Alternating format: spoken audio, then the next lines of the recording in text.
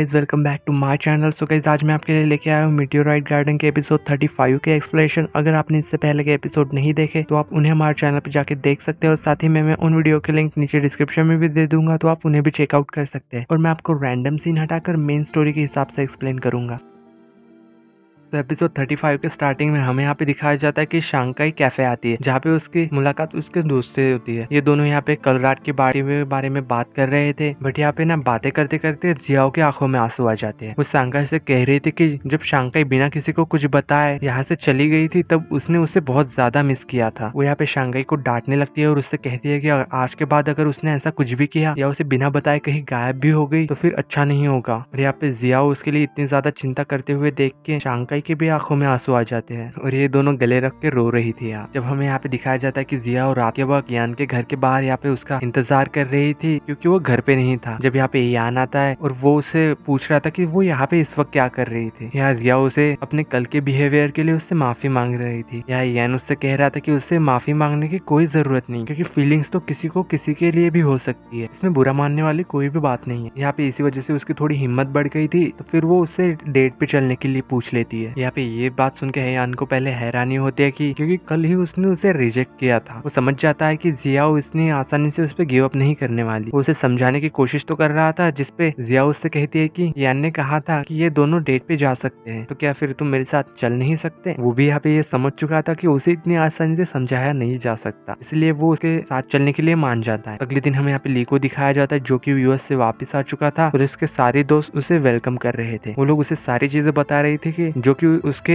Absence में यहाँ पे हुई थी। और यहाँ पे हमें यहाँ पे थोड़ा सी का बर्ताव थोड़ा अलग दिखाया जाता है, क्योंकि यहाँ पे सी पहले शांघाई के बारे में ली से बात नहीं करता था, क्योंकि उसे लगता था कि ली उसका हमेशा ही एक कॉम्पिटिटर है, जो कि उसे कभी भी शांघाई को उससे छीन सकता है। बट अब चीजें सब बदल गई है। अब वो उससे शांघाई के बारे में खुल के बात करता है, क्योंकि अब उसे उस पर पूरा भरोसा हो चुका है। जिससे कि हमें यहाँ पे ये समझ में आता है कि सी को शांघाई को लेकर जो इनसिक्योरिटी थी ली की वजह से, वो पूरी तरीके से खत्म हो चुकी है। और यहाँ पे ली भी सी और शांघाई को साथ में खुश देख के वो भी काफी खुश लग रहा था। इधर हमें फिर जब दिखाया जाता है कि शांघाई और ली की मुलाकात होती है, जहाँ ये पहले मिला करते थे। या शांघाई उससे फैमिली के बारे में पूछ रही थी, क्योंकि वो उन्हीं की वजह से वहां गया था। लेवू ने बताता है कि फिलहाल तो सब कुछ ठीक है। फिर जब थोड़ी देर बाद ली यहाँ से जा रहा था तो शांघाई उसे पीछे से रोक के कहती है कि शायद ली ये बात जानता है, लेकिन शांघाई का आज ये बात उसे बताना जरूरी है कि उसने सी से पहले ली को पसंद किया था। बट यहाँ पे ली उसे कोई भी जवाब नहीं देता, बस उसे गुड बाय करके वहां से चला जाता है। और यहाँ पे शांघाई को इस बात का एहसास होता है कि जो बात उसे पहले ली से कभी नहीं कह पाती थी, आज उसने उस बात को कितनी आसानी से बोल दिया, क्योंकि अब वो उसका एक अच्छा दोस्त है। इधर हमें यहाँ पे यान और मिन्जो को दिखाया जाता है, जो कि एक बार में बैठ के बातें कर रहे थे। ये दोनों शुरुआत में तो अपने करियर के बारे में बात कर रहे थे, उसके बाद कुछ फैमिली इश्यूज के बारे में बात करते हुए मिन्जो यहाँ पे यान से जियाओ का जिक्र कर लेता है। वो उससे पूछ रहा था कि उसके और जियाओ के बीच में क्या चल रहा है, जिसपे यान कहता है कि ऐसा कुछ भी सीरियस नहीं है, क्योंकि जियाओ उसकी टाइप की नहीं है और उसे डेट करके मुझे शांघाई कर मार नहीं खानी। और इधर फिर जब रात के वक्त शांघाई अकेले घर पे थी, वो सी से फोन पे बात कर रही थी कि तभी उसे ऐसा लग रहा था कि उसके घर में कोई घुस गया है और वो यहाँ पे डर जाती है। यहाँ पे सी भी उसकी घबराहट भरी आवाज सुन लेता है और उसके पास जाने के लिए तुरंत ही उसके घर से निकल जाता है। शांघाई जब यहाँ पे अपने घर में देखती है कि असल में यहाँ तो कोई भी नहीं था, लेकिन अकेले होने की वजह से उसे काफी डर लग रहा था। उसे यहाँ पे ऐसा लग रहा था कि हॉल में कोई है और वो एक पैन लेके उसे मारने के लिए जाती है, लेकिन यहाँ पे और कोई नहीं बल्कि सी था। सी को उसके बहुत ज्यादा टेंशन हो रही थी,